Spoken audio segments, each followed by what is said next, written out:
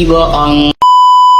Aku hanya memikirkan satu peraturan penting. Kenapa kau lakukan hari ini kalau kau bisa melakukannya besok? Hahaha. Few moments later.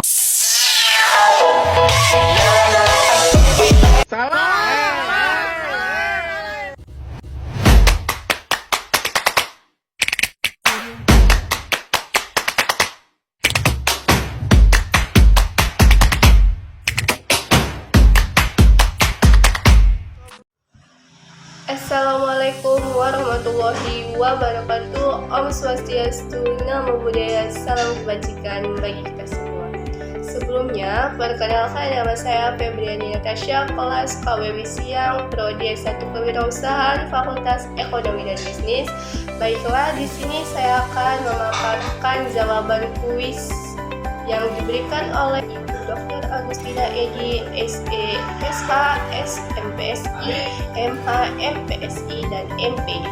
Baiklah, di sini saya akan memaparkan jawaban kuis yang pertama, yaitu tentang identitas nasional dan era digital. Identitas nasional ialah khas suatu bangsa yang membedakan bangsa itu dengan bangsa yang lain, atau yang membedakan bangsa Indonesia dengan bangsa yang lain. Identitas nasional terdapat 5 unsur. Yang pertama, Pancasila sebagai dasar negara. Yang kedua, Undang-Undang Dasar 1945 sebagai sumber hukum. Yang ketiga, NKRI sebagai negara kesatuan. Yang keempat, Bhinneka Tunggal Ika sebagai pemersatu keberagaman. Dan yang terakhir itu, yang kelima ialah Bahasa Indonesia sebagai alat komunikasi pemersatu bangsa. Identitas nasional memiliki dampak positif, yaitu kita dapat mempromosikan budaya kita melalui media sosial, tetapi juga memiliki dampak negatif, yaitu datangnya budaya asing, ujaran kebencian, dan tidak adanya sopan santun. Pancasila yang terkait ialah sila ketiga dan kelima. Contoh aktualnya adalah kita bisa atau dapat dengan bangga memperkenalkan bangsa Indonesia dengan bangsa lain melalui media sosial atau interaksi langsung juga bisa, atau melalui literasi digital. Pemaparan jawaban kuis yang kedua, yaitu kekuasaan negara dan sistem trias politika. Dalam sistem trias politika terdapat 3 cabang, yaitu legislatif sebagai pembuat atau kekuasaan yang membuat undang-undang, yaitu presiden dan wakil presiden. Yang kedua, eksekutif, yaitu yang menjalankan undang-undang tersebut, yaitu DPR, DPRD, DPD, dan yang lainnya. Yang ketiga, yudikatif, yaitu kekuasaan yang mengawasi atau yang mengontrol terjadinya pelaksanaan undang-undang tersebut, ialah Mahkamah Agung dan Mahkamah Konstitusi.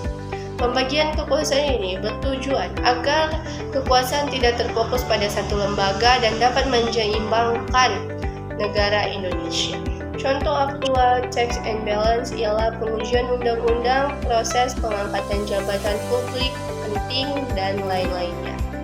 Refleksi Pancasila yang terkait ialah sila keempat, yaitu kekuasaan itu harus melalui musyawarah dan mufakat. Yang kelima, sila kelima, yaitu harus adil dalam pengambilan keputusan, serta sila kedua, yaitu adil dalam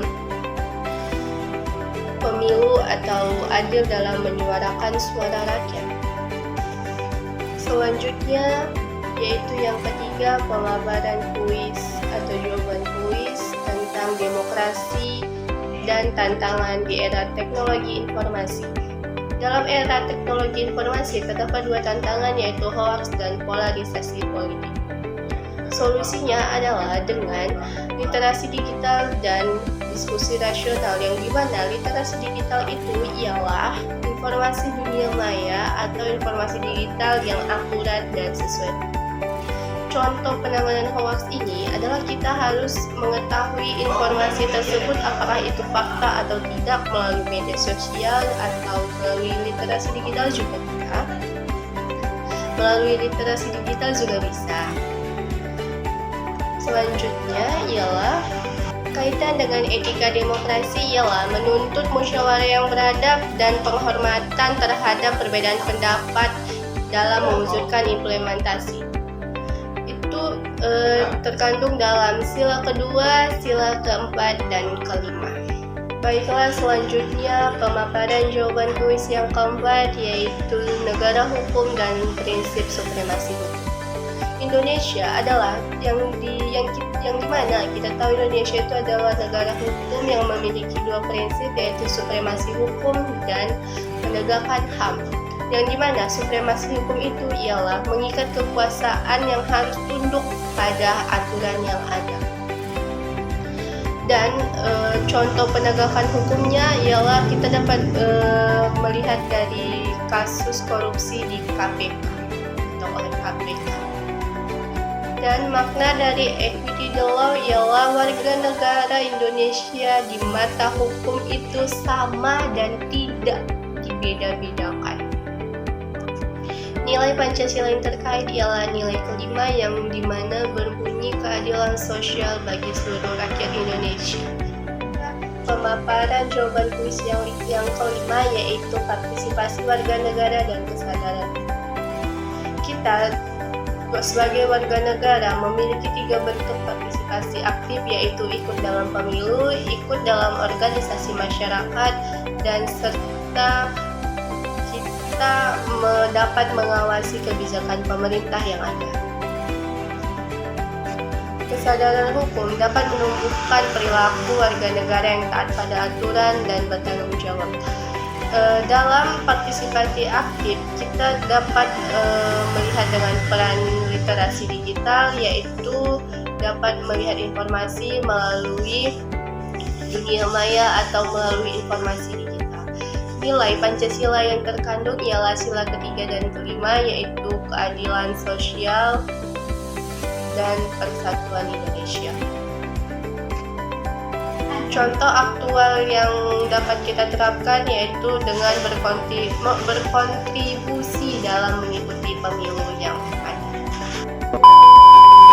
Selain saya memaparkan jawaban kuis, saya akan memaparkan tentang materi ketahanan nasional. Ketahanan nasional adalah kondisi dinamis bangsa Indonesia yang berisi keuletan dan ketangguhan dalam menghadapi dan mengatasi segala ancaman, tantangan, hambatan, dan gangguan dari luar maupun dalam negeri. Contohnya ialah berlakunya hukum yang tegas dan adil, pengelolaan yang baik terhadap masalah warga negara, serta keamanan lingkungan terjaga. Adapun teori Astagatra ialah wilayah geografis, sumber daya alam, dan kependudukan, pertahanan, keamanan. Dan adapun aspek-aspek sosialnya ialah ideologi, politik, ekonomi, sosial, budaya, dan pertahanan keamanan. Baiklah, segitu saja pemaparan materi saya. Jika ada kesalahan ataupun kekurangan dalam pemaparan materi saya mohon maaf Ibu dosen. Saya tutup dengan wassalamualaikum warahmatullahi wabarakatuh.